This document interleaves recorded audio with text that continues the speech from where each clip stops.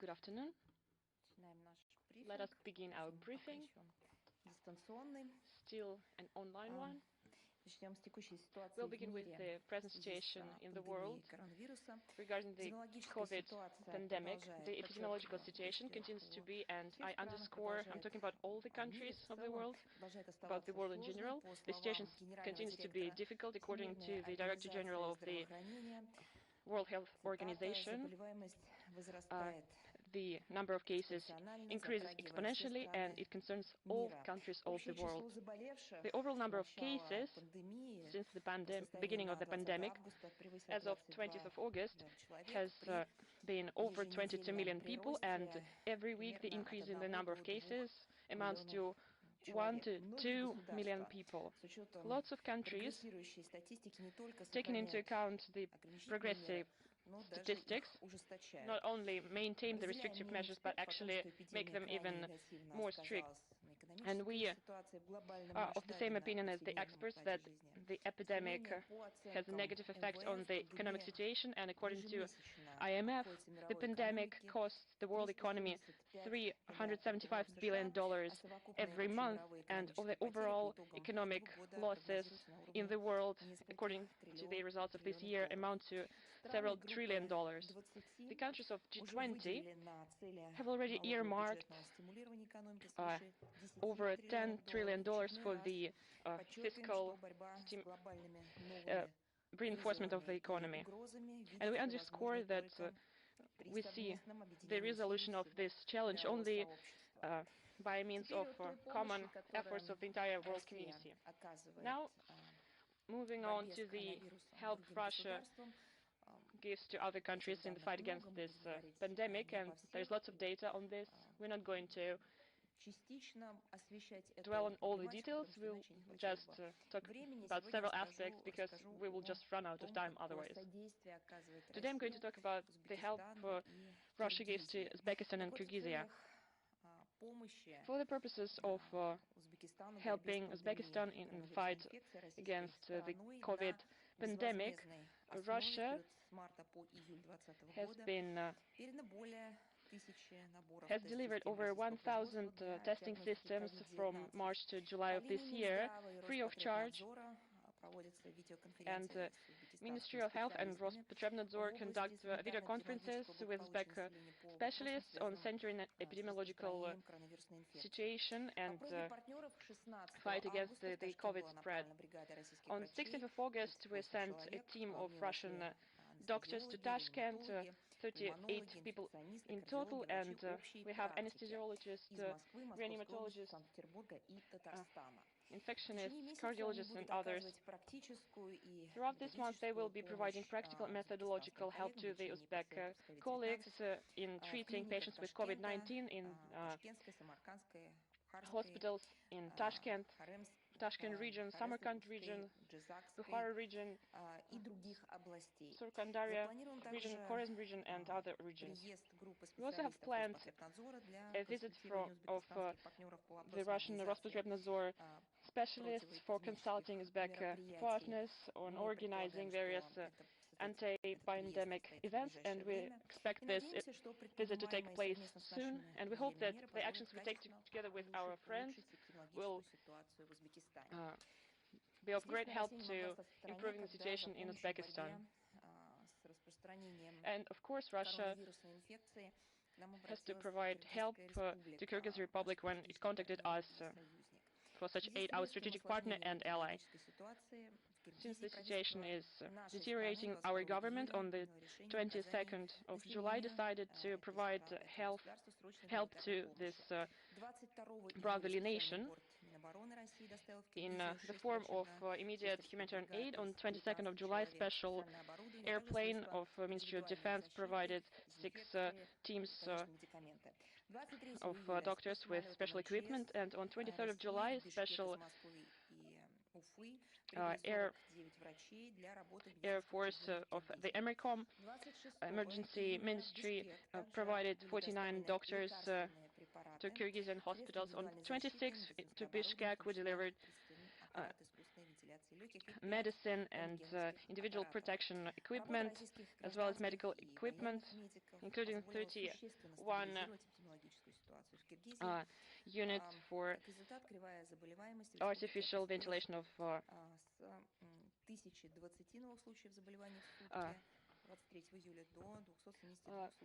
artificial ventilation units. And thanks to Russian specialists, we have corrected the treatment protocols and organized training for Kyrgyz epidemiologists, as well as provided the large-scale medical help to the local citizens and military men. Russian doctors have visited 31 hospitals all over Kyrgyzia and examined over 4,000 patients, as well as prepared for living hospital over 1,200 people. The military doctors worked in Bishkek and Osha and treated patients with medium and difficult cases. On the 15th of August, this medical operation came to its close, and the same day, President of Kyrgyz Republic received the head of the group of civil and military doctors, Mr. Kustov and Mr. Stetsenko, and head of Kyrgyzia personally thanked Russian doctors and personally President of the Russian Federation for providing help during such a difficult period of time. We continue our work with the operation headquarters and all the agencies which work in this sphere, as well as our foreign missions, to help our citizens come back home. Some words about the current situation. The flights for evacuation are conducted according to the algorithm established by the operation headquarters and under the leadership of Madam Golikova. Given the restrictions which are introduced in certain countries, our undertakings are very useful. The situation is dynamic and the conditions change constantly. Over the last week, over 3,000 people used our services, and the overall number of our citizens that have been evacuated amounts to over 285,000 people, and the number of applications continues to grow, given that the beginning of the new school year is approaching.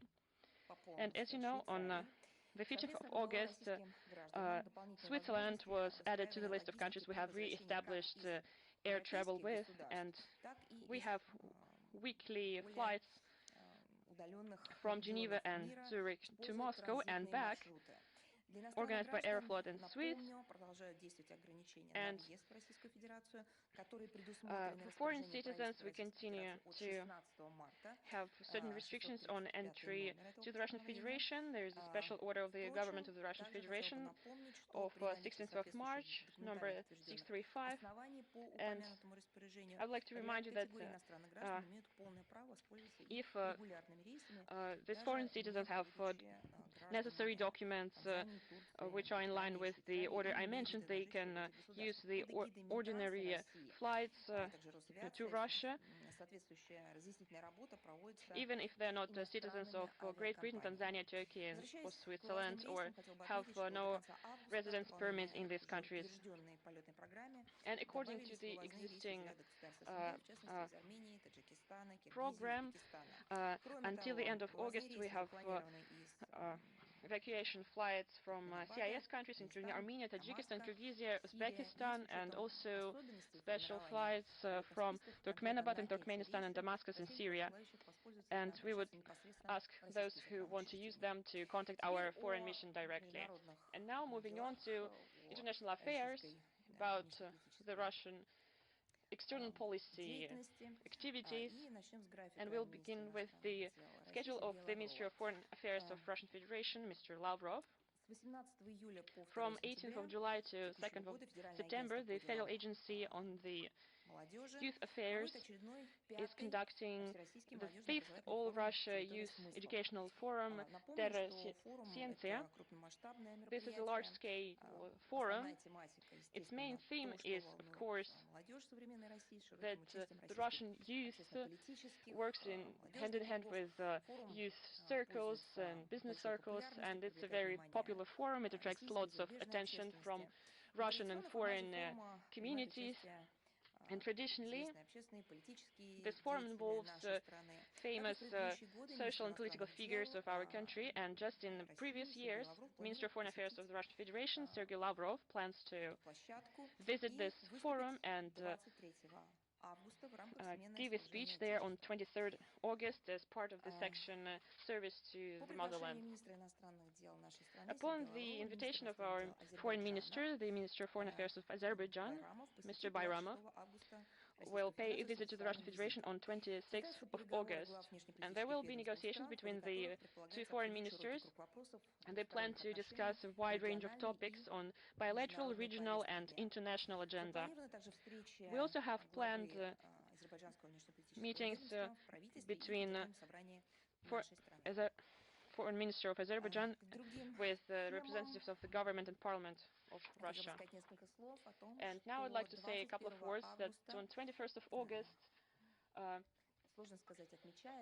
well, it's hard to say we celebrate, but the world agenda, the world schedule has such a date as an International Day of Victims of Terrorism.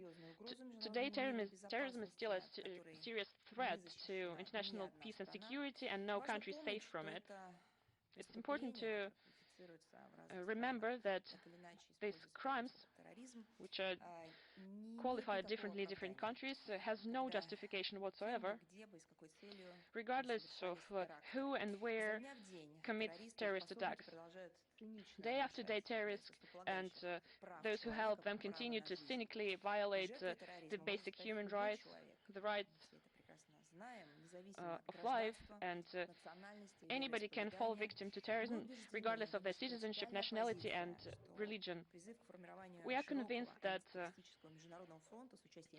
our call to form a wide anti-terrorist international front with the participation of all countries to neutralize this global threat of terrorism is still very relevant, and we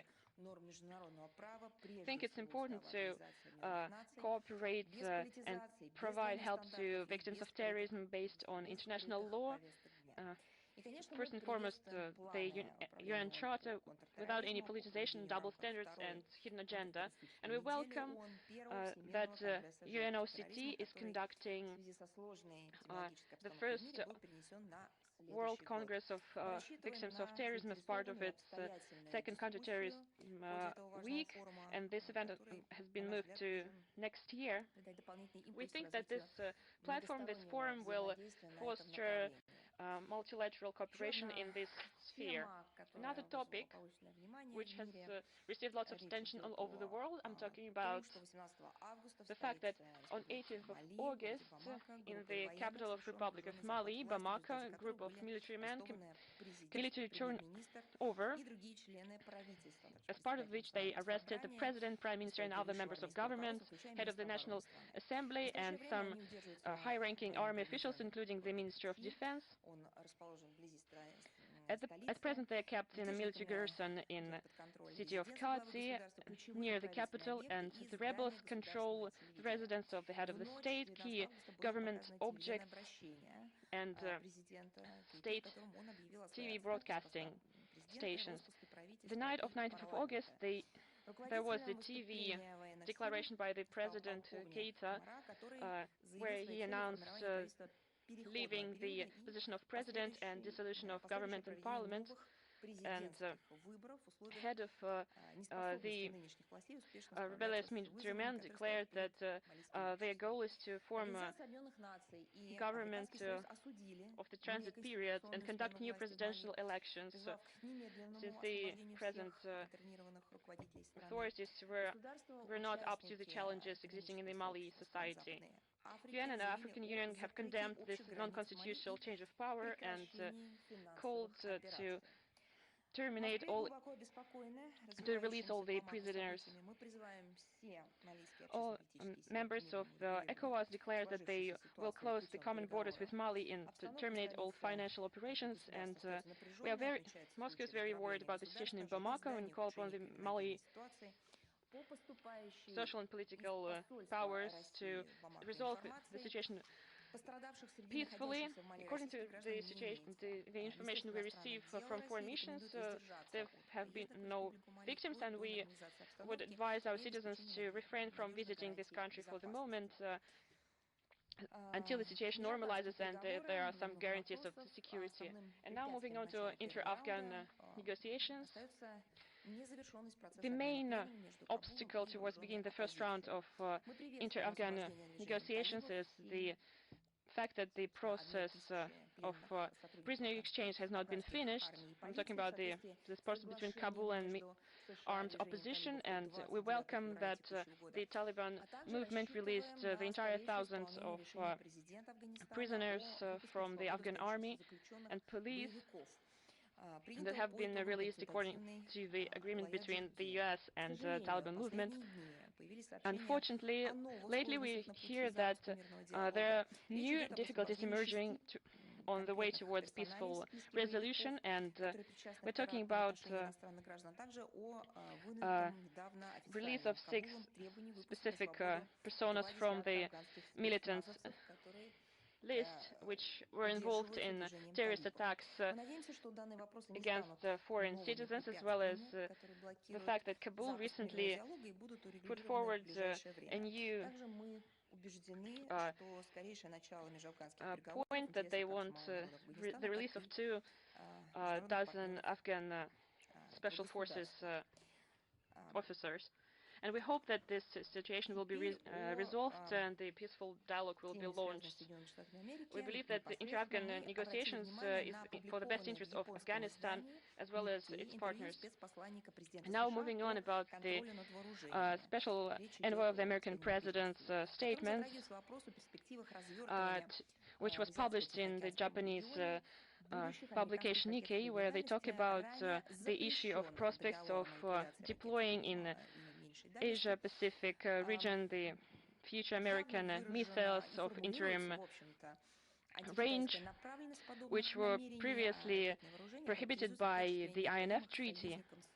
And they also articulate the anti-Chinese agenda of such intents, and that the military missiles are characterized as necessary for the United States ally as defense instruments.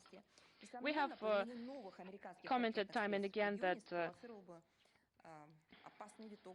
deployment of such missile instruments would be a dangerous spin on the arms race, and we also have to take into consideration that such armaments would create additional missile risks for our territory, and this includes strategic aspect to this situation, and it would call for necessary compensatory measures. We see these efforts of American administration as first and foremost an intent to find yet another pretext to sway the regional allies against China, and we would like to remind you that the Russian Federation has undertaken several steps towards maintaining predictability and maintaining the possibilities for dialogue after the INF Treaty has been destroyed by the United States, and we declare that we will not deploy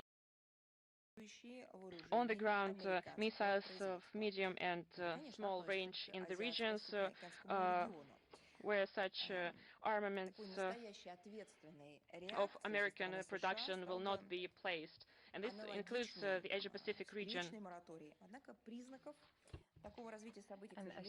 But unfortunately, we cannot see that it's not very likely that the U.S. will do it.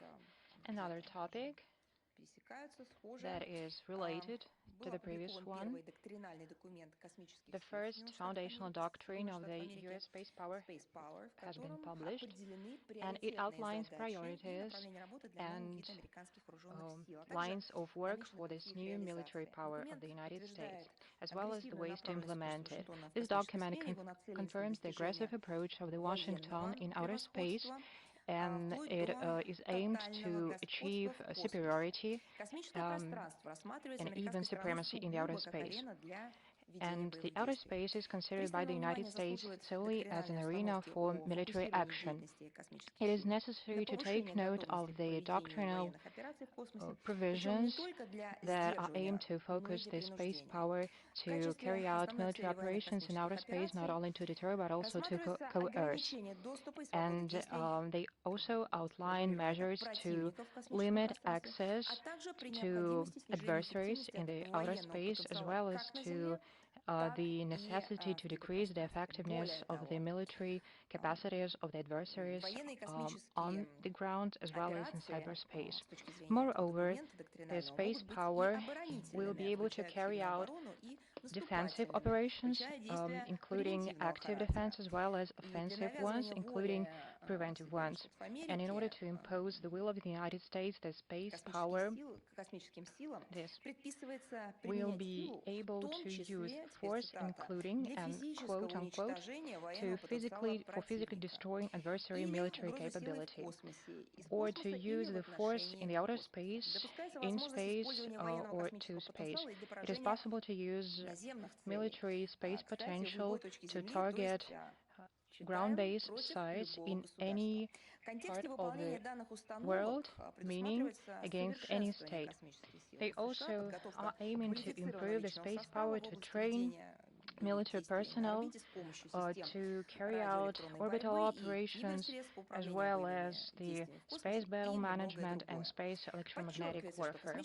It also states that the space power should be ready to fight and win in wars that the United States will wage in the space, from space and to space.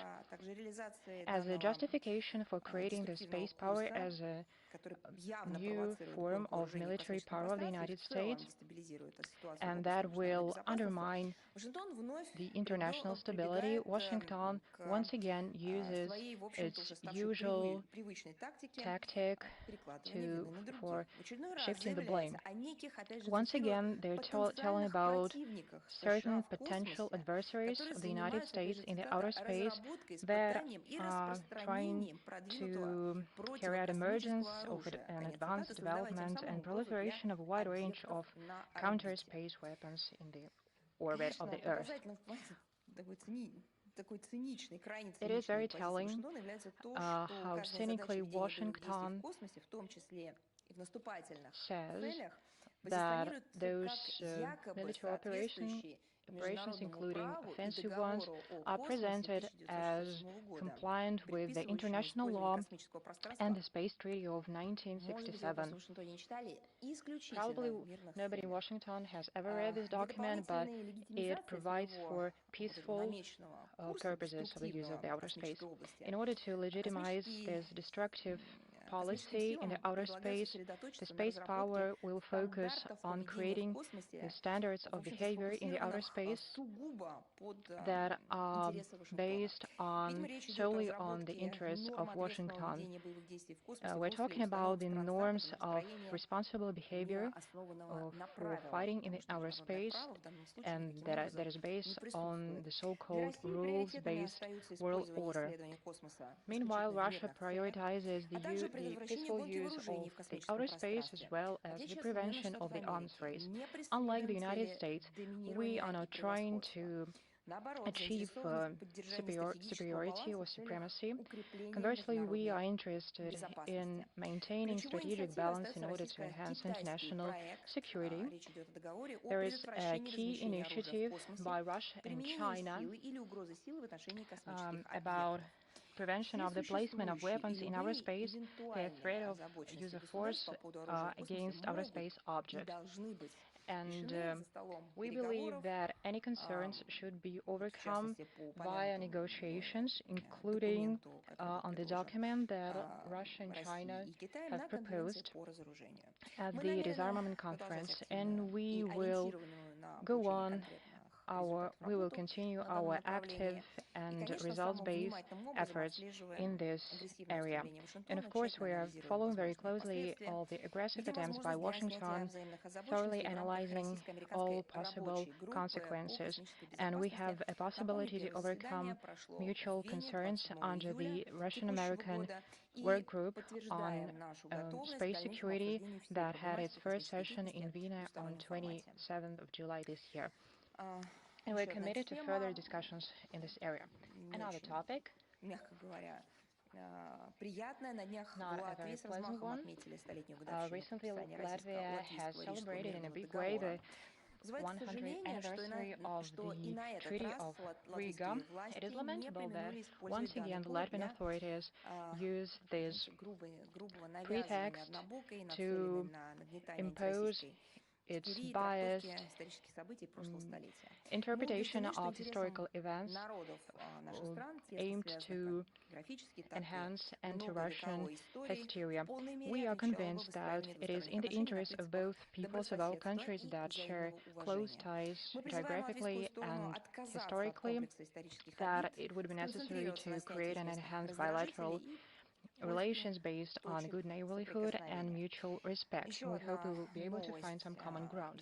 Another piece of news from this region, recently, on the Isle of Saaremaa in Estonia, there was a monument installed to a gang of forest brothers that was active on this island up to 1950. It is worth noting and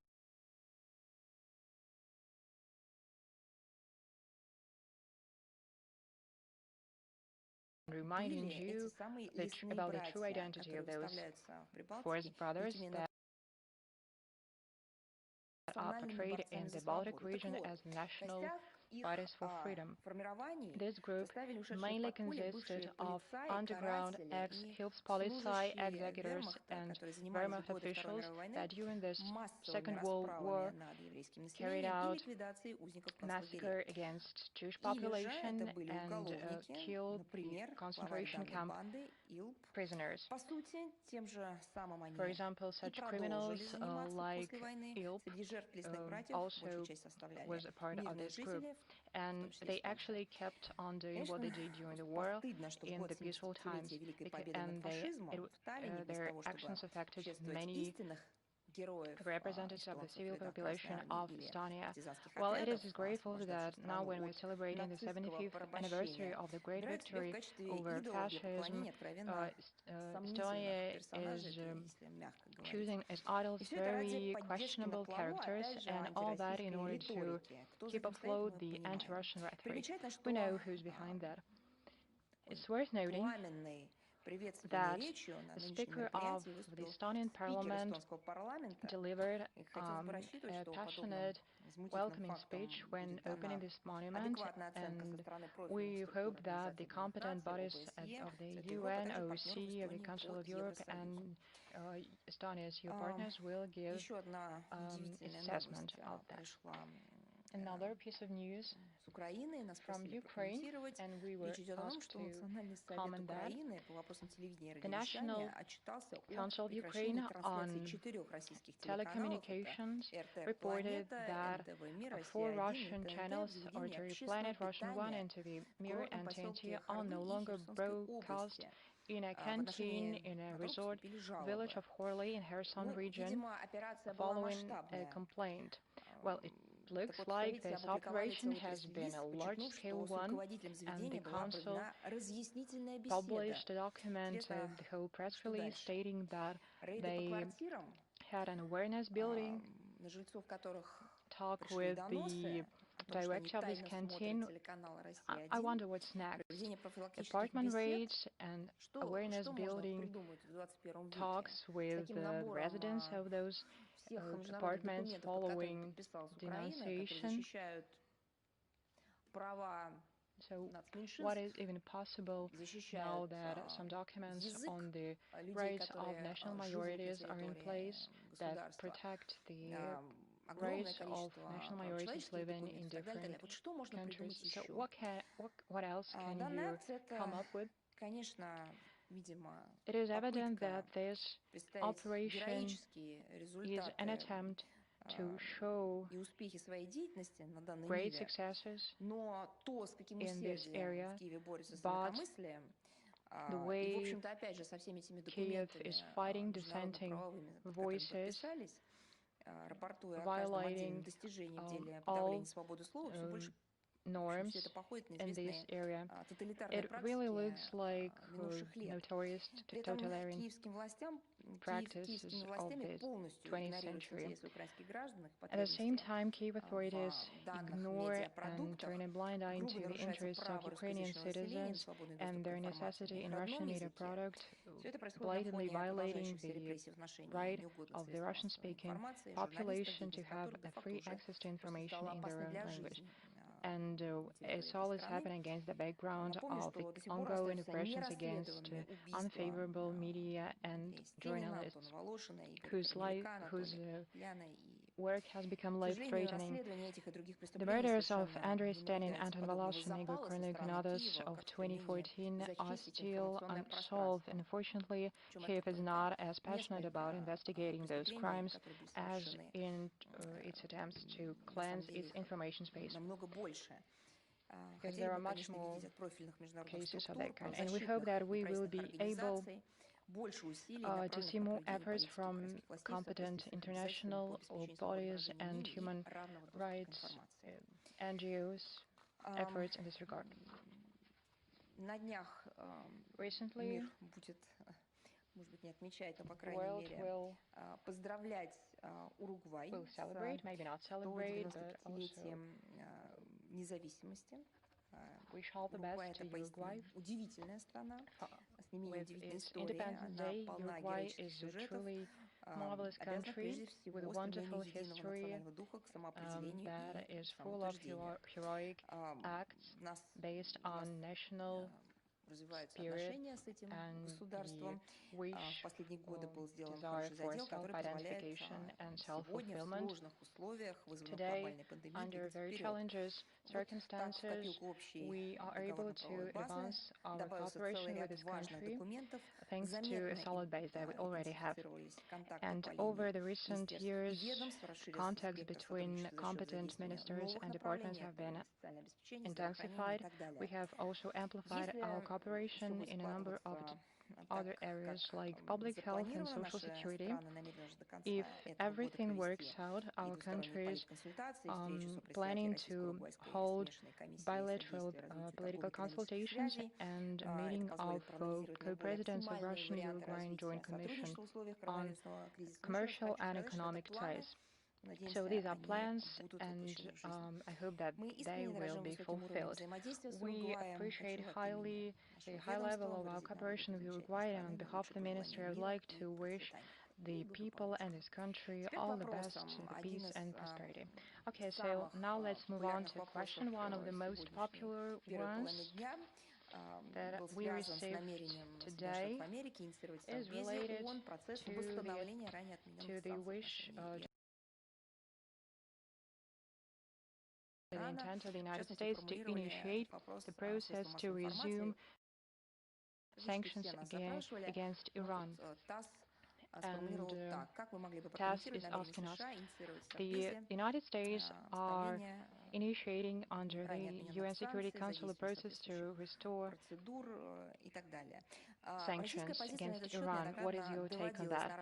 Well, our stance in this regard has been repeatedly expressed at different levels, including publicly, initiative of the United States to restore sanctions against Iran that were lifted after the JCPOA of 2015 was signed. and those attempts will fail inevitably.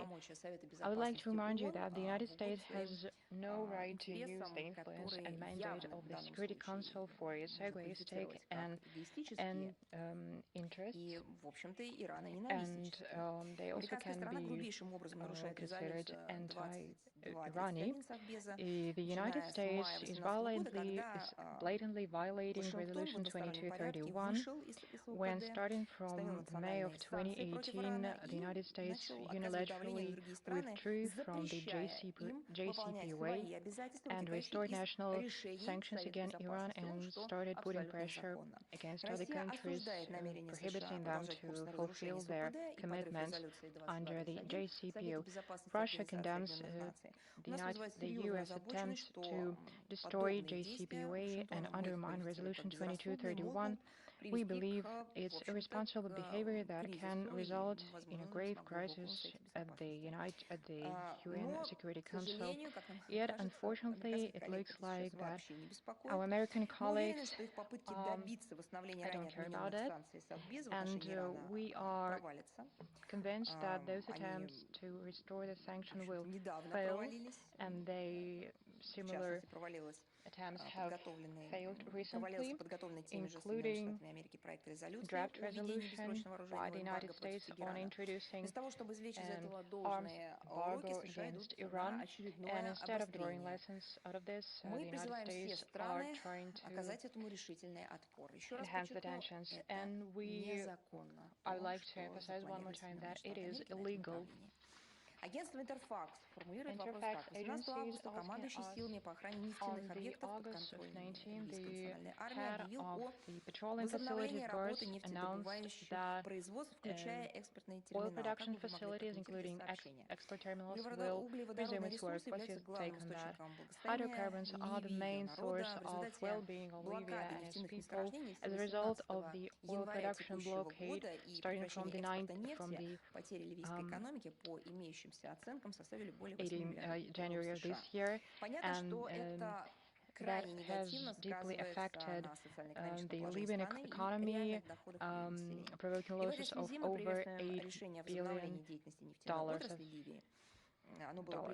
And that's why we welcome that the oil production will be resumed in Libya, and this decision was taken in Benghazi on August 16th by the Chief Haftar, involving the board of directors of the Libyan National Oil Corporation and the leadership of the oil company Arabian Gulf. We believe that all revenues from exports of the hydrocarbons should be allocated transparently and justly among all regions of the countries in interest of the Libyan people. And now the question is, how many Russian citizens are now in Libya? I would like to remind you that at this moment Russian diplomatic mission in Libya doesn't work, so that's why we don't have any accurate information regarding this question.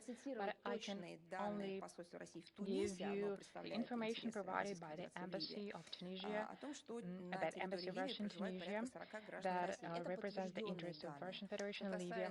It says that there are about 40 citizens of Russia in Libya. So who are those people? They are mainly women married to Libyan citizens. I would like to emphasize one more time that it is not accurate information. That is only what we can confirm with documents. Another question about France and Australia that are against releasing the imprisoned Talibs that have committed crimes against their citizens. So what is the Russian stance in this regard? I have already touched upon this topic, and I'd like to say that we are aware of France's and Australian objections.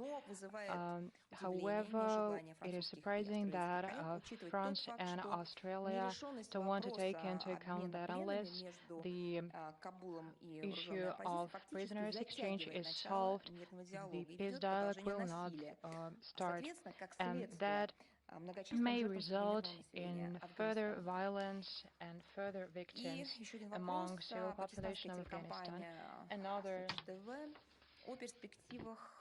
Another question from the Pakistani broadcasting company about the prospects of opening Russia's frontiers with Pakistan and the overall situation with for the upcoming future.